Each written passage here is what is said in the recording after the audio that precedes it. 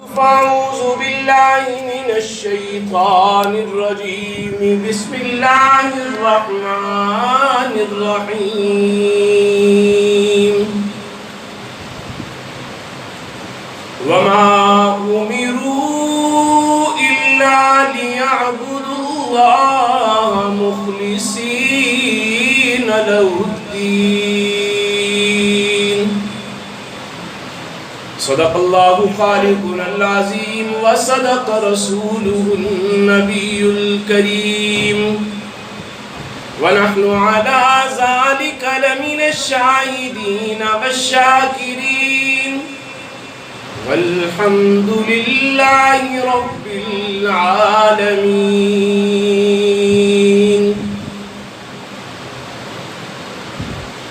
سلام اس پر کہ جس نے بے کسوں کی دستگیری کی، سلام اس پر کہ جس نے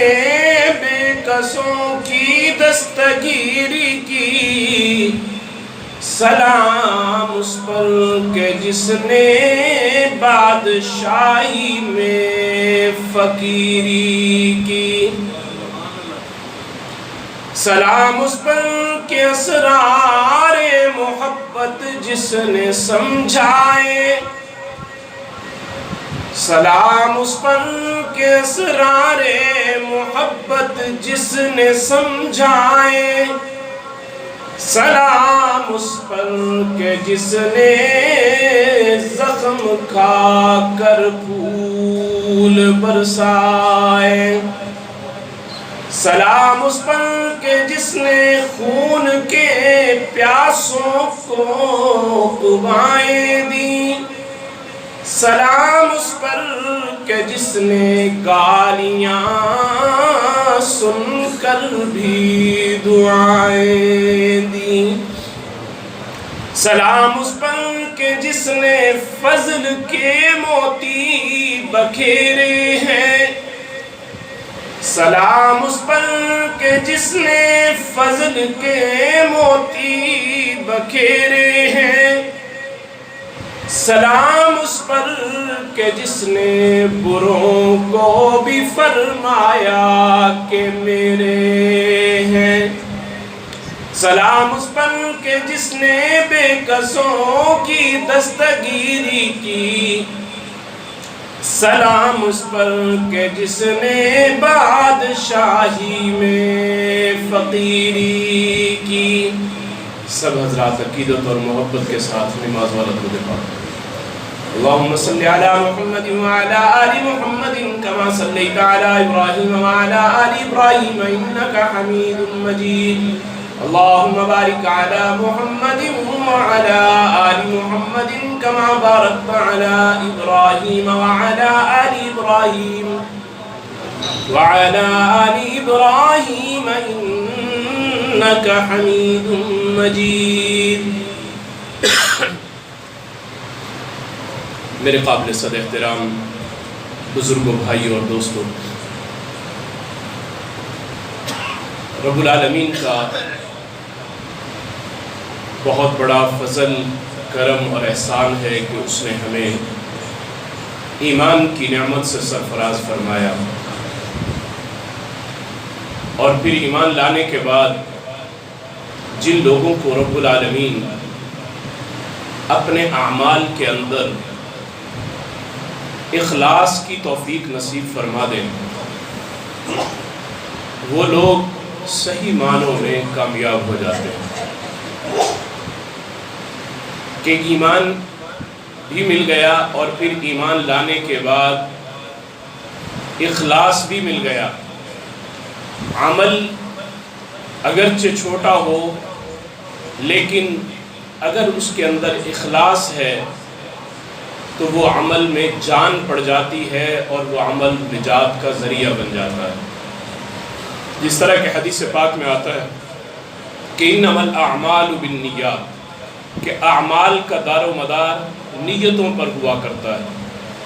جس طرح کی نیت ہوگی اسی طرح کا اس کے اوپر نتیجہ اور ثمرہ مرتب ہو جائے گا. جس طرح ایک صاحب اپنے گھر بناتے ہیں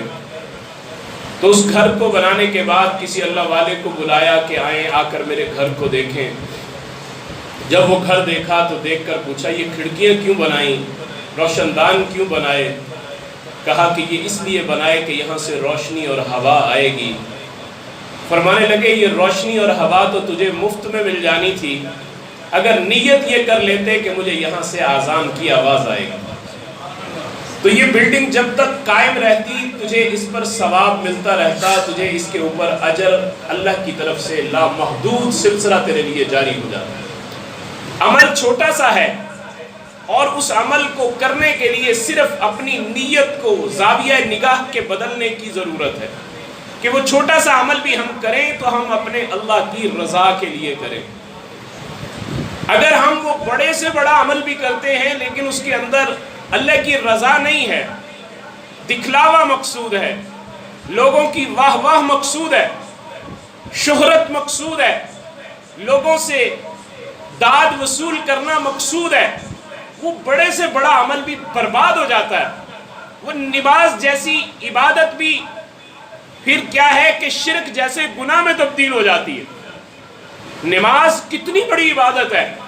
لیکن اللہ کے پیارے حبیب علیہ السلام کیا ارشاد فرماتے ہیں کہ من صلی یرائی فقد اشرکا, جس بندے نے ریا کے لیے, دکھلاوے کے لیے نماز بھی ادا کی ہے اس آدمی نے شرک کیا ہے. آپ یہ دیکھیں کہ شرک کتنا بڑا گناہ ہے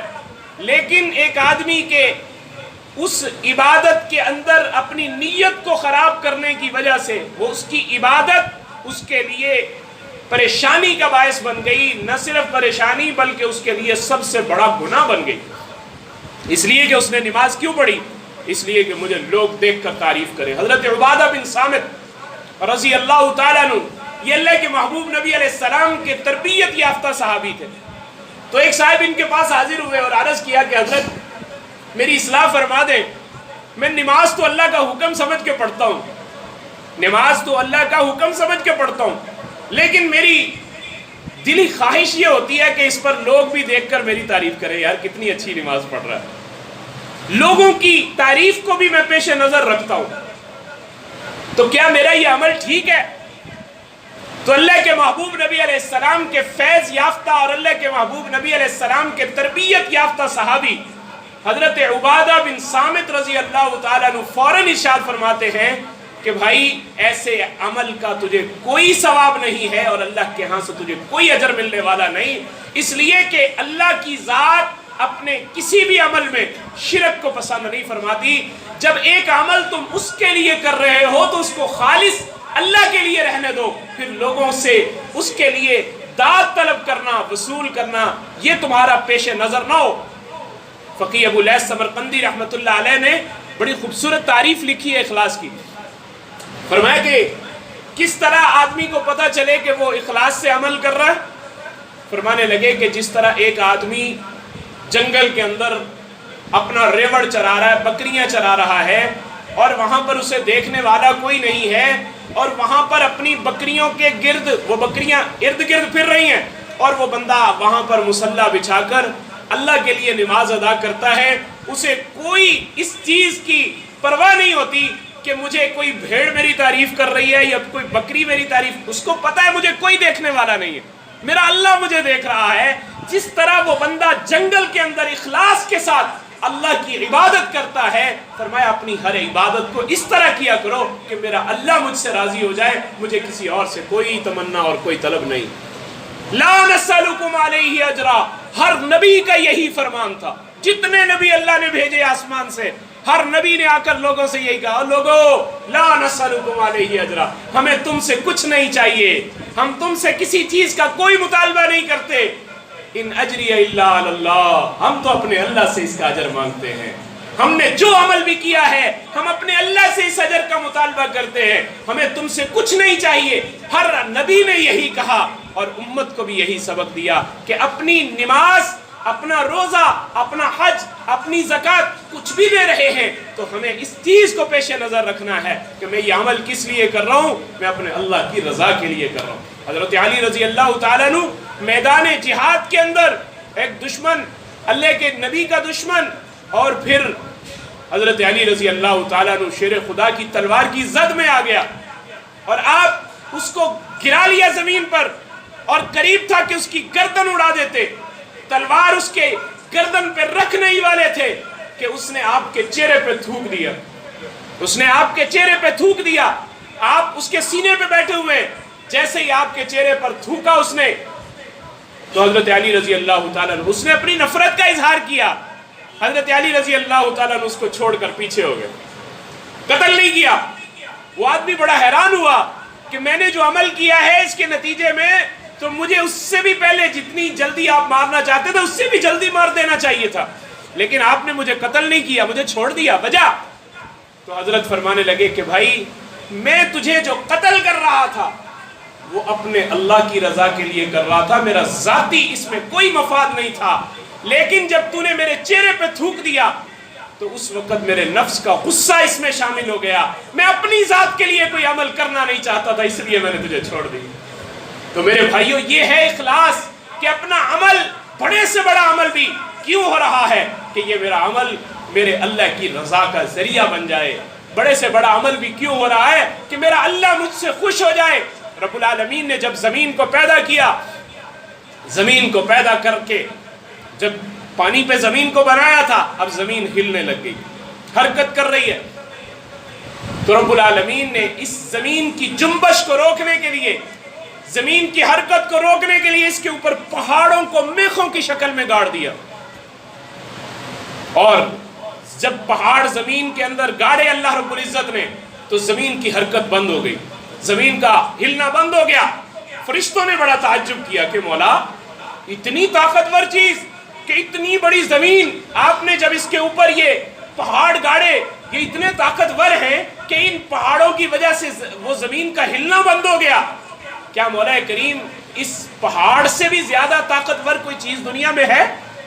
تو رب العالمین نے فرمایا ہاں ان پہاڑوں سے بھی طاقتور ہے۔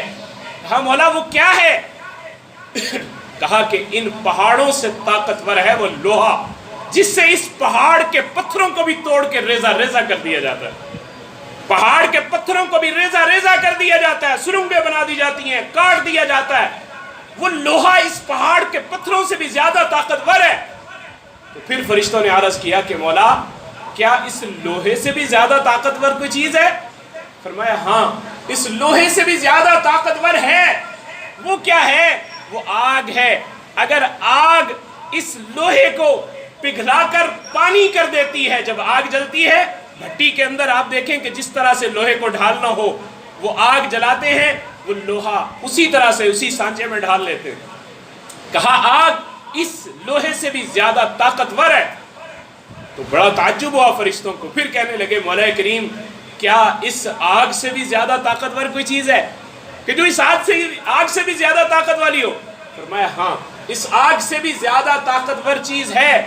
وہ ہے پانی، جو اس آگ کو بھی ایک لمحے کے اندر بجھا کے رکھ دیتا ہے۔ ایک لمحے کے اندر بڑی آگ جل رہی ہو، پانی ڈالتے ہیں وہ آگ بجھ جاتی ہے۔ تو وہ آگ سے بھی زیادہ طاقتور ہے پانی۔ کہا کہ مولا کریم اس پانی سے بھی زیادہ طاقتور کوئی چیز ہے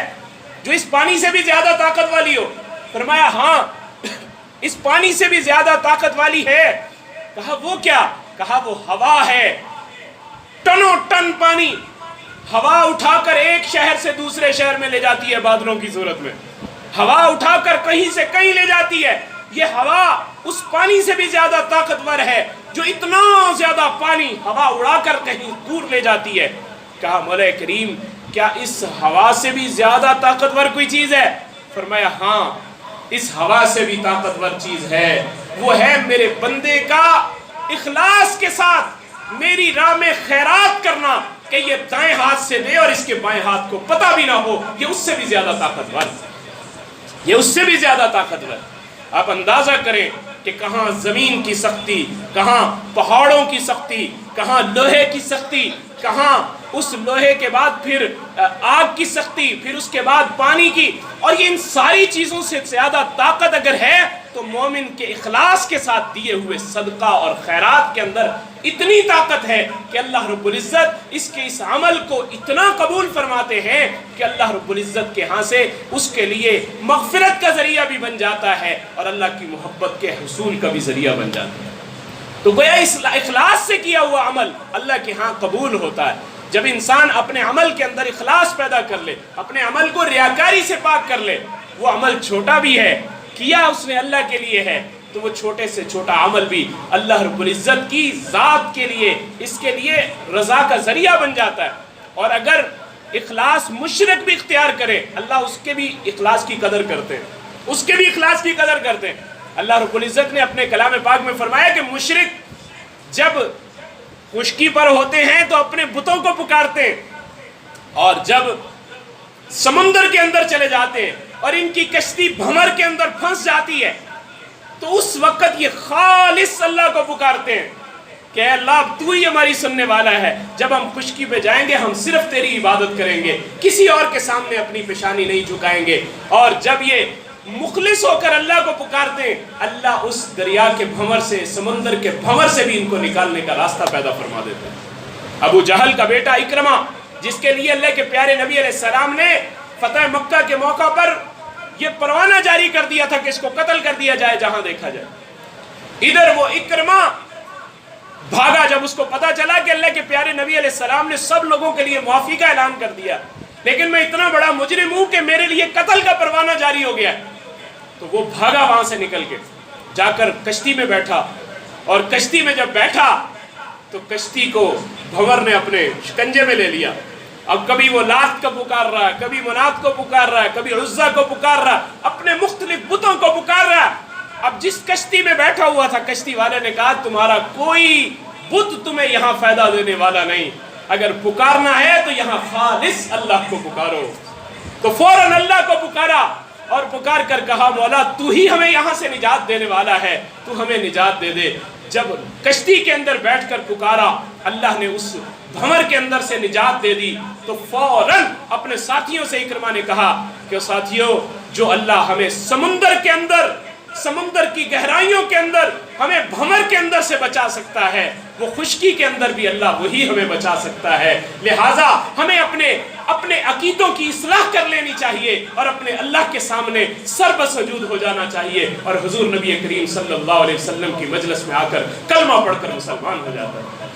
تو یہ ایک، اگر کافر بھی اخلاص اختیار کرتا ہے، اللہ اس کے اخلاص کی بھی قدر کرتے ہیں، اللہ اس کی بھی سنتے ہیں۔ تو میرے بھائیوں، ہم اپنے کوئی بھی چھوٹے سے چھوٹا عمل ہو، اس عمل کو ہم یہ دیکھیں کہ ہم یہ عمل کس کے لیے کر رہے ہیں، لوگوں کے لیے کر رہے ہیں، تو پھر ہمارا دنیا کے اندر مقصد پورا ہو گیا، پھر دنیا کے اندر لوگوں نے واہ واہ کر دی، بس ہمیں مل گیا جو ملنا تھا۔ میرے بھائیوں نہیں، اصل یہ مقصود نہیں، اصل مقصود یہ ہے کہ ہمارا یہ عمل ہمارے اللہ کے لیے ہو، اور اللہ رب العزت کی طرف سے ہمارے لیے وہ اجر اور مغفرت کا وعدہ کر دیا جائے۔ جب مدائن فتح ہوا، حضرت سعد بن ابی وقاص رضی اللہ تعالیٰ عنہ نے وہاں پر جب دیکھا تو مختلف لوگ لا کر اپنا مال غنیمت کے اندر چیزیں جمع کروا رہے، اور ایک مجاہد تیسرے دن،